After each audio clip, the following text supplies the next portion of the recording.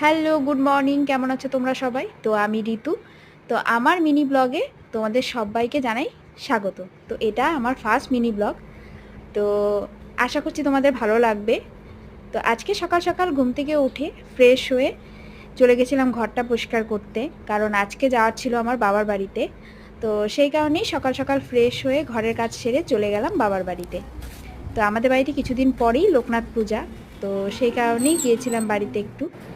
তো সেখানে গিয়ে আমার মেয়ে ওর দিদার সাথে এদিকে খেলায় ব্যস্ত হয়ে গেল, আর আমি চলে গেছিলাম একটু মন্দিরটা দেখতে।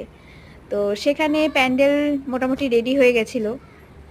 তো সেখানে গিয়ে একটু ঘুরে আসলাম, আর আমাদের মন্দিরের কিছু ফুল তোমাদের সঙ্গে শেয়ার করছি। মন্দিরে অনেক ধরনের ফুল আছে, তো সব শেয়ার করতে পারছি না, কিছু কিছু ফুলের ভিডিও নিয়েছি।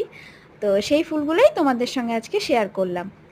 তো যাই হোক, মন্দিরে কিছুক্ষণ ঘুরলাম, মন্দিরে ঘোরাফেরা করে তারপর চলে এলাম বাড়িতে। এত গরম পড়েছিল যে বাড়িতে এসে আগে ঝটপট ফ্রিজ থেকে ঠান্ডা বের করে ঠান্ডাটা আগে খেয়ে নিলাম।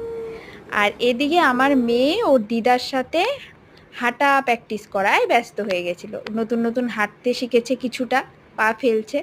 তো সেই কারণেই আমার মা ওকে হাঁটাচ্ছিল। তো এসব করে দুপুরের খাওয়া দাওয়া করে নিলাম। মেনুতে কি ছিল সেটা তোমাদের সঙ্গে শেয়ার করে নিলাম। তারপর ও ওর মামির সাথে খেলায় ব্যস্ত হয়ে গেল, মামার সাথে খেলায় ব্যস্ত হয়ে গেল। মামা মামির সাথে খেলাধুলা করে তারপর চলে এলাম আমি বাড়িতে, কারণ হয়ে গেছিল সন্ধ্যা।